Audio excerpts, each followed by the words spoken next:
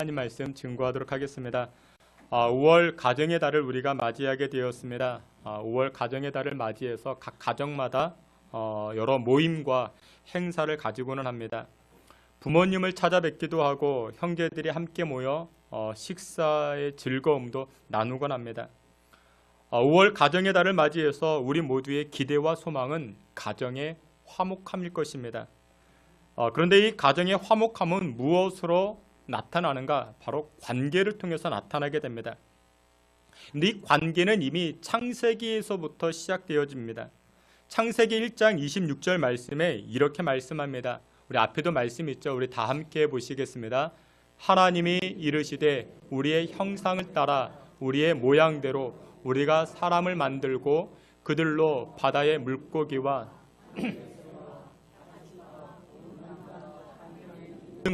것을 다스리게 하자 하시고 아멘. 근데 여기에 보면 하나님께서 천상 창조하실 때 6일 동안 이 천지를 창조하시며 사람을 창조하실 때 뭐라고 말씀하시는가? 이렇게 말씀합니다.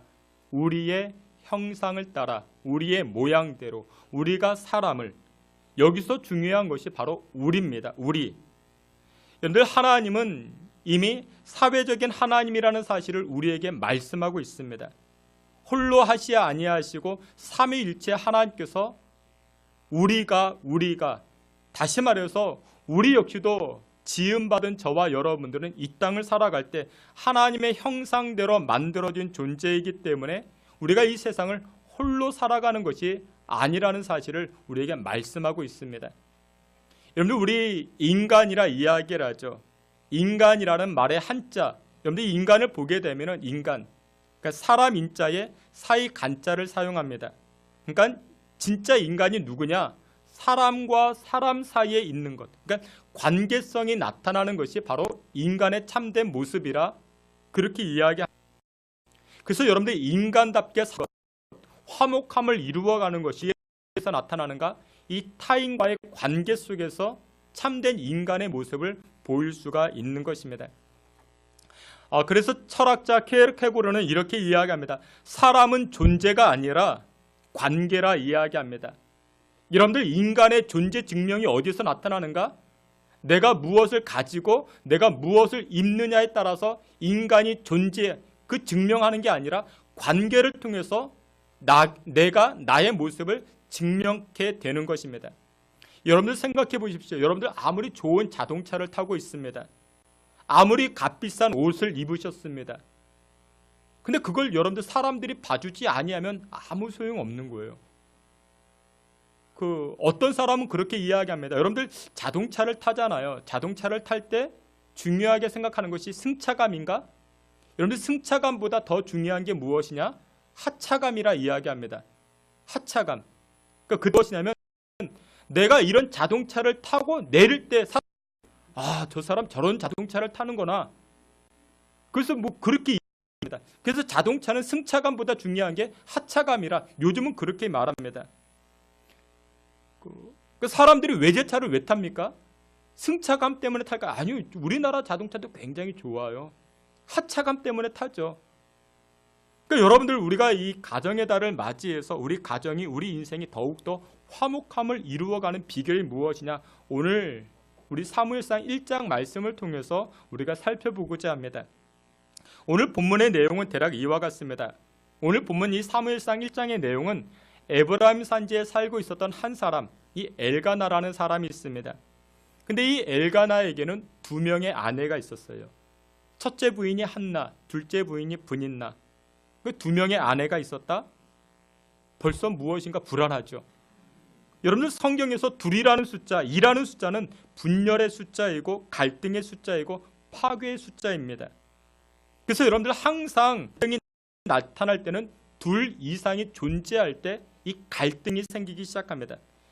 여러분들이 식당 가셔가지고 메뉴판을 보면서 갈등하는 이유가 왜 그렇습니까? 그 메뉴가 너무 많아요. 그렇죠? 그 메뉴가 많으면 갈등합니다. 그러니까 갈비탕 하나만 있으면 뭐 갈등의 여지가 없지요. 결혼도 마찬가지입니다. 2 사람이 만나서 하나 되는 것이 결혼입니다. 근데 2 사람이 만났는데 2 사람이 계속 2 가지의 모습으로 걸어가면 갈등이 생길 수밖에 없는 겁니다. 그러니까 결혼이라는 것은 두 사람이 만나서 이 두 사람이 한 곳을 쳐다보는 것이 결혼입니다. 하나가 되어야만이 갈등이 생기지 않게 되죠. 여러분, 우리가 믿는 하나님, 여러분들을 사랑하시는 하나님은요, 우리 가정이 또한 우리 교회가 하나 되기를 원하십니다. 그 로마서 15장 6절에 보면요, 이렇게 말씀합니다. 앞에 있는 말씀에 보면 우리 다 함께 보겠습니다. 한 마음과 한 입으로 하나님 곧 우리 주 예수 그리스도의 아버지께 영광을 돌리게 하려노라. 아멘. 하나님께 영광 돌리는 비결이냐? 한 마음을 품는 것이라 성경은 말씀합니다. 그러니까 마음이 하나가 되어야 돼요. 남편과 아내의 마음이 하나가 되어져야 되고, 교회도 마찬가지입니다. 목사님과 성도, 당회와 교인들의 그 마음이 하나가 될 때 하나님께 영광이 될 수가 있는 것입니다. 그런데 오늘 성경으로 다시금 돌아가서 보니까 이 엘가나의 가정에 아내가 둘입니다. 조짐이 안 좋죠. 또 무엇이 문제이냐? 첫째 부인 한나는 아이를 낳지 못합니다. 둘째 부인 이 분인나는 아이를 낳았습니다. 근데 이 둘째 부인이 아이를 낳고 좀 가만히 있으면 괜찮은데 첫째 부인을 격분케 합니다. 격동시킵니다. 그러니까 마음에 괴로움을 줍니다. 오늘 이 상황을 통해서 이 한나라는 여인은 과연 그 가정의 화목함을 어떻게 이루어갈 수 있었는가? 그 비밀을, 하나님의 메시지를 찾아보면서 은혜를 나누고자 합니다. 여러분, 첫 번째로 이 화목함을 나타내는 비결이냐? 첫 번째 화목함의 비결이 무엇이냐? 첫 번째 문제 해결은 하나님께 있다라는 사실을 우리에게 보여줍니다. 여러분들의 인생 가운데도 문제가 있습니까? 근데 그 문제 해결하기 위해서 사람 상대하지 마십시오. 하나님을 찾아가셔야 됩니다. 우리 6절 말씀, 앞에 있는 말씀 6절, 사무엘상 1장 6절 다 함께 보겠습니다. 여호와께서 그에게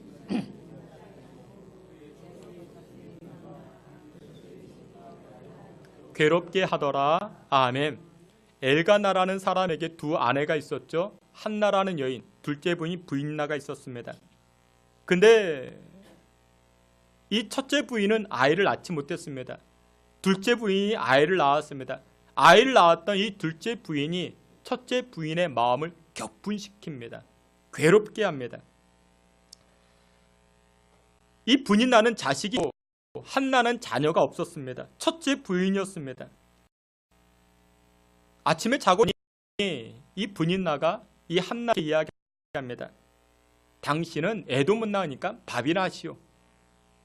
밥을 다 했습니다. 밥 먹고 났더니 애 키우지 아니하니까 설거지나 하시오. 둘째 부인이 첫째 부인에게 그렇게 격분시킵니다. 그 얼마나 마음이 괴롭겠습니까? 그것으로 끝나지 않습니다. 계속 말끝마다 자식도 못 낳는 사람이, 자녀도 없는 사람이 그러면서 마음을 괴롭게 합니다. 애도 없는 주제에 그러면서 얼마나 말을 괴롭게 하는지 모릅니다. 물론 이런 내용은 성경에 기록되어져 있지 않습니다. 하지만 성경을 유추해 보게 되면은 이 한나의 마음이 굉장히 괴로웠다. 성경은 그렇게 말씀합니다. 못 견디게 괴로웠다. 그래서 계속해서 이 한나는 숨어서 울고 통곡합니다. 그러니까 마음이 굉장히 어려웠죠. 게다가 그때 당시 유대 사회에서는 자식이 없다는 것은 저주받은 일이라 그렇게 여겨졌습니다. 그래서 이 여인은, 한나라는 여인은 성전에 나아갈 때마다 마음이 굉장히 무거웠습니다. 눈물로 기도합니다. 그런 상황 가운데 있었던 이 한나에게 분인나는 계속해서 마음을 괴롭게 만듭니다. 그런데 여러분들, 여기서 우리가 주목해 봐야 할 것이 무엇이냐면 이 한나가 괴롭게 말하는 이 분인나, 이 여인을 어떻게 상대하는가. 10절과 11절에 이렇게 말씀합니다. 우리 10절과 11절 말씀, 우리 앞에 있는 말씀 사무엘상 1장 10절 11절 우리 다 함께 보겠습니다. 한나가 마음이 괴로워서 여호와께 기도하고 통곡하며 서원하여 이르되 만군의 여호와여, 만일 주의 여종의 고통을 돌보시고 나를 기억하사 주의 여종을 잊지 아니하시고 주의 여종에게 아들을 주시면 내가 그의 평생에 그를 여호와께 드리고 삭도를 그의 머리에 대지 아니하겠나이다. 아멘. 한나의 마음이 굉장히 괴로웠습니다. 이 분인나라는 여인의 마음을 격분시키고 괴롭게 만듭니다. 여러분들을 괴롭게 만드는 일, 여러분들의 마음을 격히는 사람들이 있습니까? 그러면 여러분들 어떻게 해결해 나아가십니까? 전화 걸어서 잠깐만 나와봐. 그럼 우리는 뭐 멱살 잡고 싸운다든지, 야 잠깐 저기 옥상으로 좀 올라와봐. 우리는 그런 사람들을 상대합니다. 근데 이 한나라는 여인은 어떻게 합니까? 이 분인나 여인을 상대하지 않고 하나님 앞에 기도하며 나아갑니다. 하나님을 상대하죠. 여러분들 이것이 바로 영적인 지혜인 것입니다. 여러분들에게도 여러분들의 마음을 격분시키는 분인나와 같은 존재가 있습니까? 말 한마디 가시와 같이 말하고 때로는 나의 라이벌로 보여지는 그런 어떤 사람이 있습니까? 근데 지혜 중에 지혜가 무엇이냐? 그런 사람들 직접적으로 상대하지 말라라는 것입니다. 왜 나에게 그렇게 말을 하고 다니느냐? 왜 나를 그렇게 흠집내고 다니는가? 왜 나에게 이렇게 괴로움을 주냐? 직접적으로 상대하지 말라라는 것입니다. 여러분들 가운데도 그런 분들이 있을 수 있습니다. 그 문제만 생각하면 머리가, 그 사람만 생각하면 눈밑이 떨려오면서 막 잠도 안 오고 뭐 스트레스 주는 그런 사람들, 분인나와 같이 나를 격분시키는 그런 사람들이 있습니다. 근데 지혜가 무엇이냐? 여러분들 문제 해결은 어디 있습니까? 그 사람 찾아가서 멱살 잡고 머리털을 뽑아버리고 그래서 문제가 해결되는 게 아닙니다. 한나는 어떻게 합니까? 하나님 앞에 문제를 가지고 나아갑니다. 하나님과 상대합니다. 여러분들 이게 지혜입니다. 여러분들의 자녀들이 그렇게 말 안 듣잖아요. 그렇죠? 핸드폰 하지 말라고 그래도 핸드폰을 얼마나 그렇게 하는지 그거 아이들 상대하시면 안 됩니다. 여러분들 그 남편 그렇게 술 먹지 말라 그래도 그렇게 술을 먹고 막 그렇게 남편 상대하지 마시고 누구 상대해야 됩니까? 하나님 상대하셔야 됩니다. 여러분들 그 옆에 있는 그 경쟁 업체, 여러분들 그거 상대하는 게 아닙니다. 하나님 상대하십시오. 하나님께 가지고 나아가십시오. 하나님께서 그 문제 해결해 주십니다. 주께서 사랑하시는 귀한 성도 여러분들, 화목함을 이루어가는 비결이 무엇이냐? 하나님 상대하는 것입니다.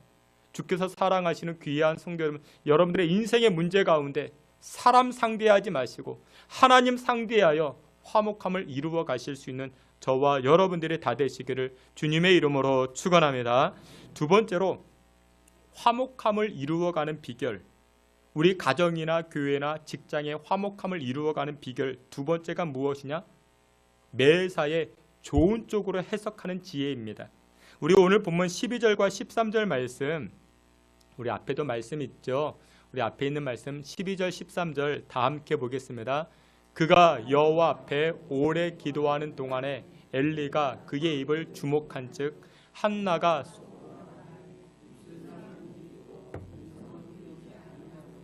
엘리는 그가 취한 줄로 생각한 즉 아멘.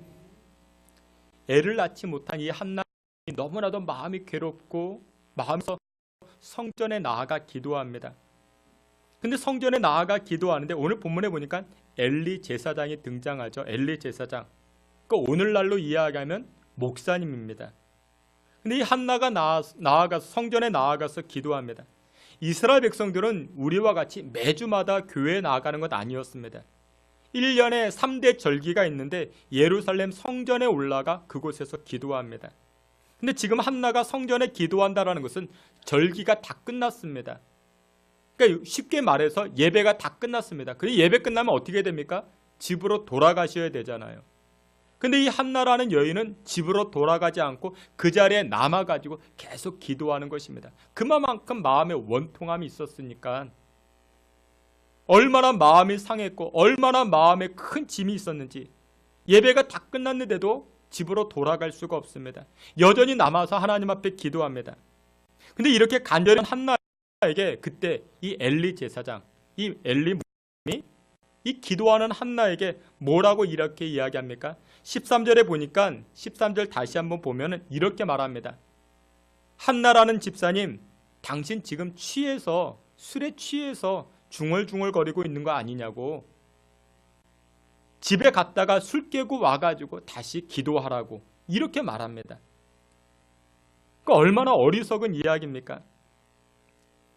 여러분들 가정의 화목함, 교회의 화목함을 이루어가는 것이 무엇이냐면 여러분들 자기 생각대로 말하지 아니하는 것, 이게 바로 화목함을 이루어가는 것입니다.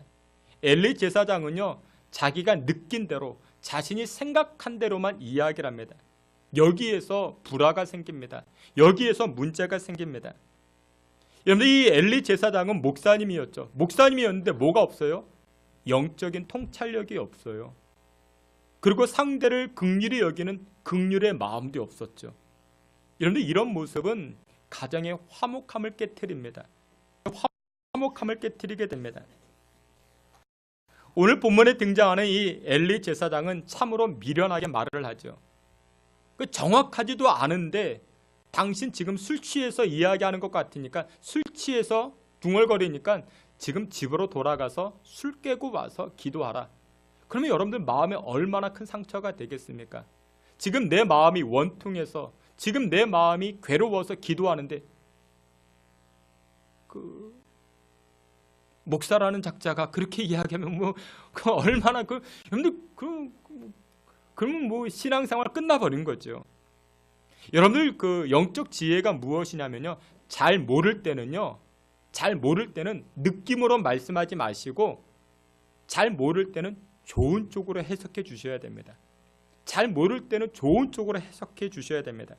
오늘 본문을 다시 한번 보면요, 12절 13절에요 이 한나가 기도하는 특징이 등장하죠. 우리 12절 다시 한번 앞에 있는 말씀 다시 한번 볼게요. 우리 다 함께 봅니다. 그가 여호와 앞에 오래 기도하네 엘리가 그의 입을 주목한즉 속으로 말하며 입술만 움직이고 음성은 들리지 아니하므로 엘리는 그가 취한 줄로 생각한지라. 아멘. 근데 이 말씀을 곱씹어 보면요, 이렇게 말해요. 이 한나라는 여인이 오래 기도했대요. 오래 기도하니까 여러분들 처음에는 막 뜨겁게 기도하다가 30분 1시간 지나가면 계속해서 여러분들 뭐 목소리 크게 기도할 수 있을까요? 없잖아요.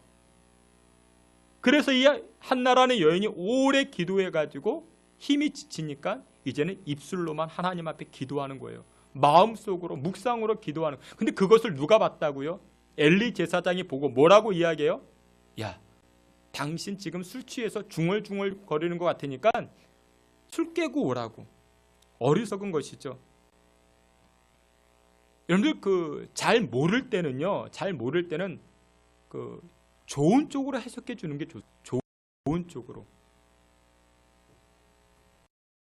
한나 집사님 그렇게 원통이 기도하고 계시니 마음도 아픕니다. 여러분 그런 쪽으로 여러분들 해석해 주고 이야기해 주어야죠. 근데 이 엘리 제사장은 어떻게 해요? 넘겨 짚어 버리죠. 추측해 버리죠. 그러면 화목함을 깨트려 버리는 거예요. 여러분 이와 비슷한 상황이 우리 생활에서도 참 많이 등장하는데 언제 그런가? 이럴 때가 있습니다. 이럴 때 어떤 젊은 부부가 이제 결혼해가지고 이제 결혼했으니까 부부가 됐겠죠. 예쁜 아기를 출산했어요. 여러분 고슴도치도 자기 새끼는 예쁘다고요. 엄마 아빠가 보면 얼마나 예쁜지 몰라요. 하지만 남들이 보면 어때요? 그렇게 안 예뻐요. 그렇게 안 예쁩니다. 엄마 아빠 할아버지 할머니가 보면 아주 예쁘지만 삼자가 봤을 때는 뭐 그렇게 썩 예쁘지는 않아요. 제가 사랑이 없어서가 아니라 여러분들 깐난 아이들은 그래요, 그렇죠? 제가 언젠가 한번 마트에 갔다가 엘리베이터를 탔는데 이제 출산되어진 지 얼마 안 된 아기를 안고 엄마가 이렇게 마트를 왔더라고요. 근데 솔직히 말씀드리면 그렇게 안 예뻤어요. 제가 사랑이 없어서가 아니라 근데 조금 지나야 좀 아기가 예쁘잖아요, 그렇잖아요. 근데 걷지도 못하는 아이, 뭐 머리카락도 얼마 없잖아요. 유모차 타고 왔는데 뭐 그렇게 안 예쁘더라고요. 근데 또 헷갈려요. 이 아이 아들인지 딸인지 헷갈려요, 그렇죠? 잘 몰라요. 누구는 알아요? 엄마는 알아요. 엄마는 알지만 삼자가 봤을 때는 이 아이가 아들인지 딸인지 잘 몰라요. 요즘 또 영양 상태가 얼마나 좋은지 얼굴이 포동포동하고 이렇게 뭐 팔도 포동포동하고. 그래서 대부분의 아기들이 아들처럼 보여요. 그렇죠? 아들처럼 보여요. 근데 또 자세히 살펴보면 또 딸인 것 같기도 해요. 이목구비가 딸인 것 같기도. 그래서 많이 헷갈리잖아요. 그렇죠? 헷갈려가지고 어떻게 해요? 엄마에게 물어봐요. 아들이에요? 딸이에요? 물어봐요. 그러면 엄마는 뭐라고 얘기해요? 아니, 보시면 모르겠어요? 아, 몰라요. 모르니까. 그러니까 엄마 입장에서는 아니, 딸처럼 이렇게 예쁜 몰라봐 주시냐고. 뭐 그래, 모르니까 잘 모르죠. 근데 여러분들 이렇게 헷갈릴 때 지혜가 무엇이냐면요. 무조건이요. 딸이라고 여겨주시면 돼요. 딸이라고 말씀하시면 돼요. 여러분들 이 방법이요. 사회생활 잘하는 방법입니다. 잘 모르면요. 엄마에게도 물어보지 말고요. 무조건 딸이냐고 그렇게 이야기해 주시면 아주 칭찬받습니다. 헷갈릴 때 여러분 딸로 보시면 됩니다. 여러분들이 그 어린 아기가 이렇게 있으면요. 아유, 예쁜 딸이 엄마 닮아가지고 아주 예쁘다고 그렇게 이야기하면요. 엄마 얼굴에 아주 미소가 가득합니다. 아주 좋아요. 딸이죠. 예쁜 딸이죠. 근데 아들이었어요. 아들이면 엄마가 뭐라고 이야기해요? 아들인데요. 그렇게 이야기하잖아요. 그러면 또 이렇게 이야기하시면 아니 어떻게 아기가 이렇게 아들인데도 딸처럼 예쁘냐고. 와, 이 아이는 앞으로 커가지고 박보검 될 거라고. 그러면 엄마 얼마나 좋아하는지 몰라요. 그렇죠? 그래서 여러분들 헷갈리면 무조건 어떻게 하자고요? 좋은 쪽으로 해석하시면 돼요. 좋은 쪽으로. 아유, 우리 장군감이네. 여러분들 그러면 아주 큰일 납니다. 또 그와 비슷한 게요. 그 헷갈릴 때 있잖아요. 저는 항상 여성들을 볼 때마다 이제 한 10살 연하로 이야기를 합니다.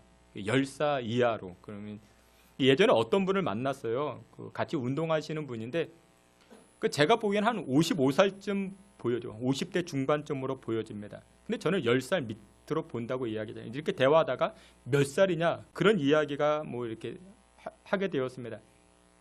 55살, 한 50대 중반으로 보여져가지고 한 45쯤 되시지 않았냐고. 거의 맞대요. 거의 맞대요. 자기가 44살이래요. 큰일 날 뻔했죠. 보이는 대로만 이야기했으면 55살이죠. 그러면 뭐 끝난 거죠. 뭐. 그러니까 그건 제가 꼭 20살을 뺍니다. 20살을 뺍니다. 손해볼 게 없다고요. 손해볼 게 없어요. 그래서 여러분들 사회생활 잘하는 비결이 보이는 대로 말씀하시면 큰일 납니다. 그 20살로 여러분들 이렇게 넉넉하게 인심은 그런 데 쓰면 됩니다. 그게 사회생활 잘하는 비결이에요. 근데 오늘 본문에 등장하는 이 엘리 제사장은 어떻게 해요? 그게 없었어요. 그렇죠? 보이는 대로만 이야기를 해요. 자기 추측대로, 자기 판단대로 이야기하죠. 아니, 한나 집사님, 한나 권사님 지금 술 취한 것 같으니까 집에 가서 술 깨고 오라고. 여러분들 그게 할 말이겠습니까?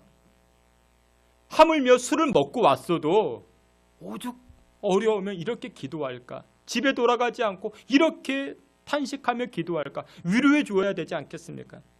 그래서 여러분들 보이는 대로 말씀하시면 안 됩니다. 좋게 여겨주셔야 돼요. 남성과 여성이 참 많이 달라요. 남성과 여성이 참 많이 다른데 자기 입장에서만 이야기하시면 안 돼요. 여러분들 여성은요. 여성 들어줘야 됩니다. 그래야 여성이 기분이 풀려져요. 그 여성의 말을 다 들어줘야 돼요. 근데 그 말이 때로는 1시간이 될 수도 있고 2시간이 될 수도 있어요. 그 여성들은 참 말이 많아요. 근데 그 말을 다 들어줘야 여성의 입장에서 마음이 풀려진다고요. 그렇죠? 근데 남성은요 어떻게 되냐면 이 남성은 여성과 달라요. 남성의 말은요 인정해줘야 끝납니다. 인정해줘야 끝나요. 근데 여성들이 착각하는 것이 무엇이냐면 남성들의 말을 오래 들어줘야 남성의 기분이 풀려진다 생각해요. 그래서 남성의 이야기를 30분도 들어주고 1시간도 들어주고 그러면 남성의 기분이 풀려졌겠지? 아니요. 그리고 나서 여성이 뭐라고 이야기해요? 남편에게 아니 여보 이거는 틀렸고 저거는 잘못됐고 그러면 1시간 들어줘도 다 끝나버린 겁니다. 남성의 말은요 무조건 맞았다고 인정해 주셔야 돼요. 1분을 들어도요 3분을 들어도요 무조건 그래 남편 당신 말이 맞아요. 그러면은 여러분들 그냥 다 끝나버립니다. 그 남성의 말을 오래 듣었다고 여러분들 그 남성의 기분이 풀려지는 게 아니라는 사실을 아셔야 돼요. 근데 우리 남성과 여성은 자기 입장에서만 이야기를 해요. 그렇죠? 그러니까 거기에서 화목함이 나타나지 않죠. 화목함이 나타나는 비결이 무엇이냐? 엘리 제사장과 같이 자기 기준에서 말씀하시면 안 됩니다. 항상 좋은 쪽으로 하자고요. 항상 좋은 쪽으로 해석해 주자고요. 그로 말미암아 여러분들의 가정, 여러분들 섬기는 교회를 화목함으로 이루어 가실 수 있는 저와 여러분들이 다 되시기를 주님의 이름으로 축원합니다. 마지막 세 번째, 화목함을 이루어가는 비결 세 번째가 무엇이냐? 이 한나는 자신의 가정을 화목하게 이루어가는데 사무엘을 양육할 때 23절에 보니까 기도와 말씀으로 양육해 나아가기 시작합니다. 여러분들 우리 가정에도 우리 자녀들을 키울 때 이 기도와 말씀으로 키우는 것이 굉장히 중요합니다. 앞에 있는 말씀 우리 사무엘상 1장 23절 우리 다 함께 보겠습니다. 그의 남편 하나가 그에게 이르되 그대의 소견에 좋은데요 그를 젖대기까지 기다리라. 오직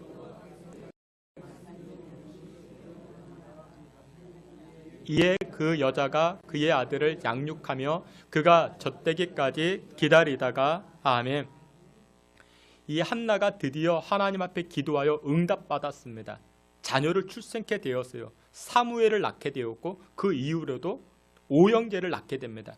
그 굉장히 하나님께서 큰 축복을 주셨죠. 그런데 이 한나라는 여인이 자녀들을 양육할 때 무엇을 가지고 하는가? 두 가지가 있었습니다. 기도와 하나님 말씀이었어요.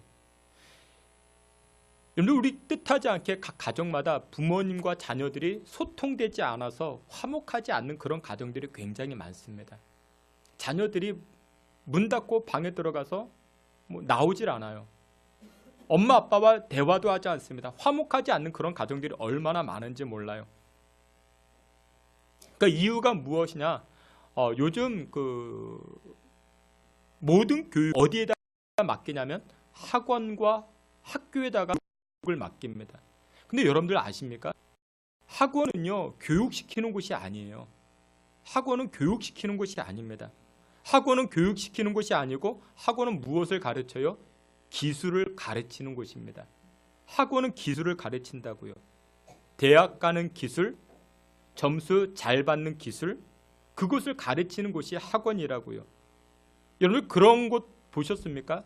제빵 학원을 다녔더니 인간이 되더라. 그런 거 없어요. 그렇죠? 운전 학원을 다녔더니 효자가 되더라. 그런 건 없어요. 그렇죠?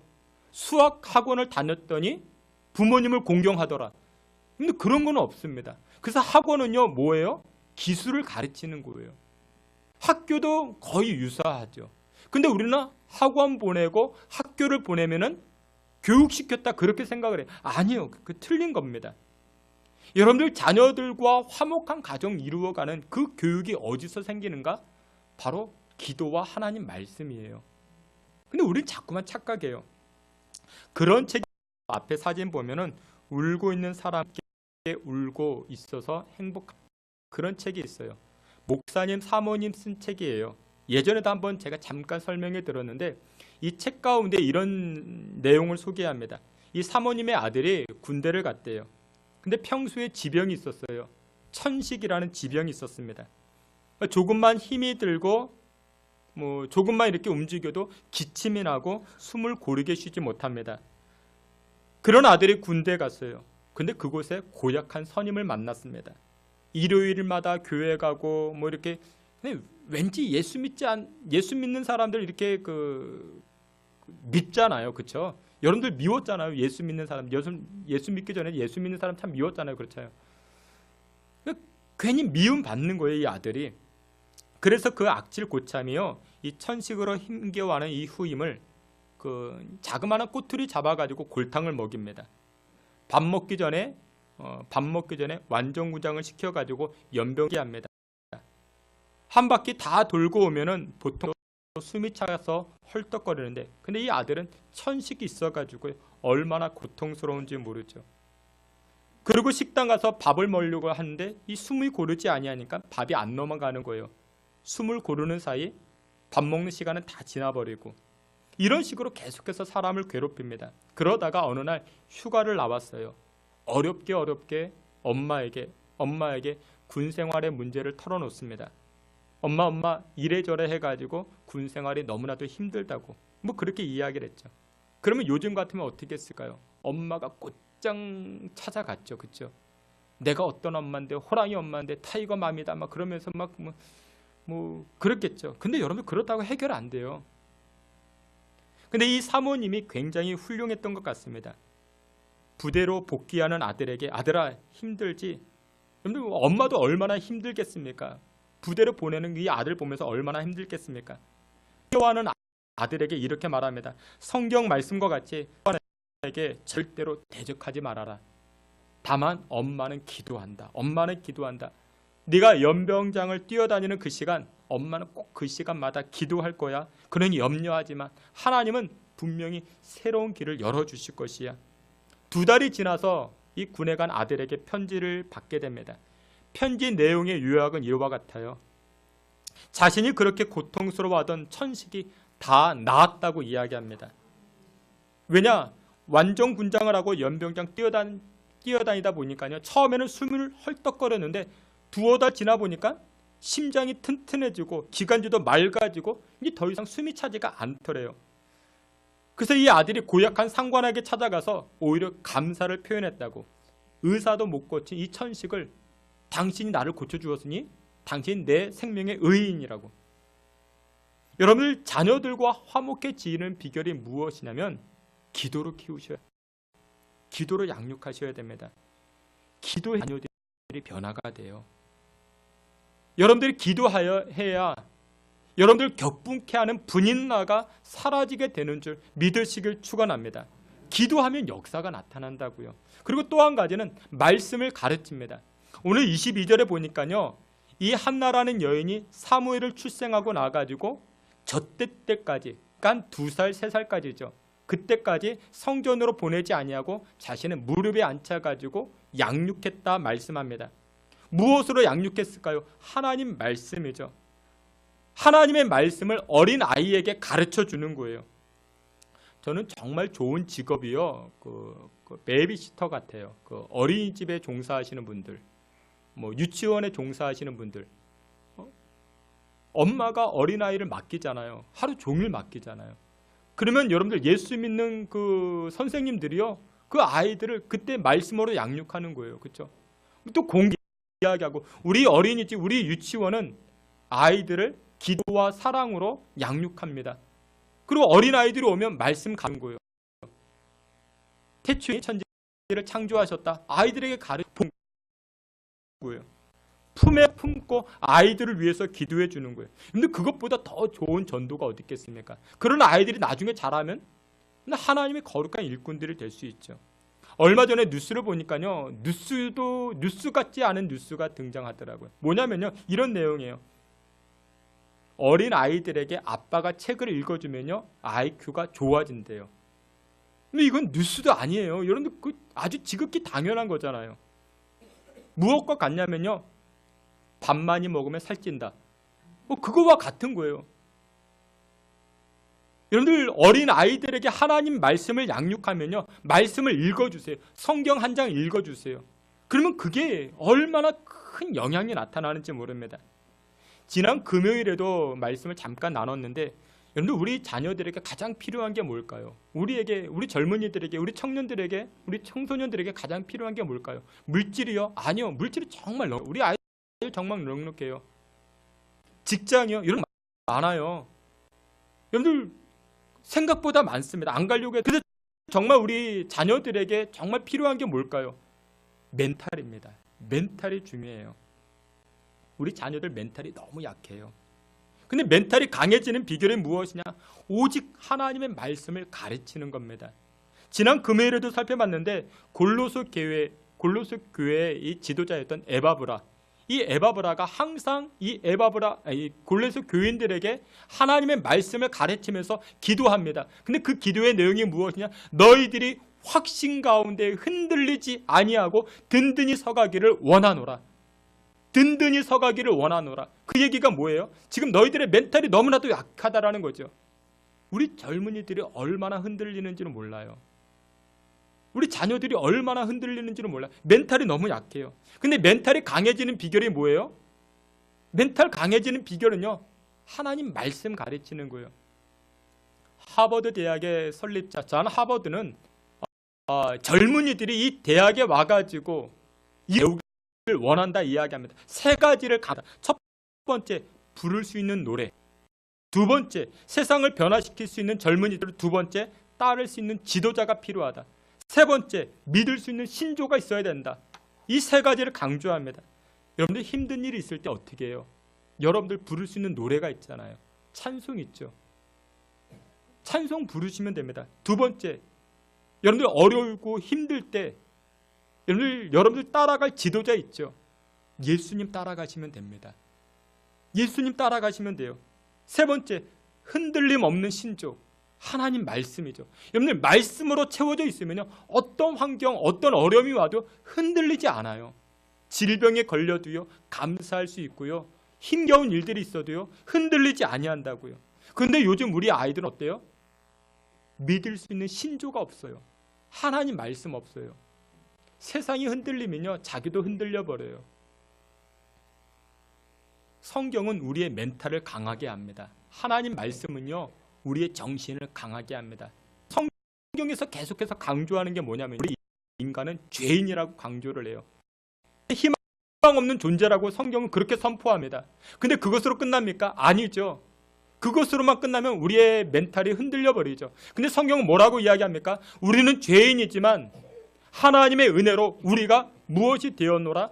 의인이 되었노라. 나의 공로가 아닌 하나님의 공로로 우리가 의인 되었노라. 성경은 그렇게 선포합니다. 맞다. 내가 세상에서 실수할 수 있지. 내가 세상에서 죄를 지어 넘어질 수 있지. 그러나 하나님은 나를 사랑하사 나를 일으켜 주신다. 그런데 이 말씀 붙들고 나아가면요, 어떤 환경이든지 상황이든지 흔들리지 아니한다고요. 근데 하나님의 말씀이 없는 사람들은 멘탈이 너무 약해져요. 흔들릴 수밖에 없죠. 그래서 여러분들의 가정, 여러분들의 자녀 가운데 화목함을 이루어가는 비결은요, 기도하셔야 됩니다. 그리고 말씀 가르치셔야 돼요. 말씀을 계속해서 가르치셔야 됩니다. 말씀의 결론을 맺도록 하겠습니다. 우리의 화목하게 하는 비결이 무엇이냐? 여러분들의 인생에 있습니까? 그 사람 상대하지 마세요. 괴롭게 하는 사람 있습니까? 그 사람 찾아가서 상대하지 마시고 문제 해결자 되시는 하나님 상대하시길 바랍니다. 하나님 앞에 기도해 보세요. 그러면 하나님께서 그 모든 문제들을 해결해 주시는 줄 믿으시길 바랍니다. 또한 모든 상황과 환경을 어떻게 하자고요? 좋은 쪽으로 해석하자고요. 그러면 화목해질 수 있습니다. 그로 말미암아 여러분들 가정이 5월 가정의 달을 맞이하여 더욱더 화목한 가정을 이루어 가실 수 있는 저와 여러분들이 다 되시기를 주님의 이름으로 축원합니다. 아멘.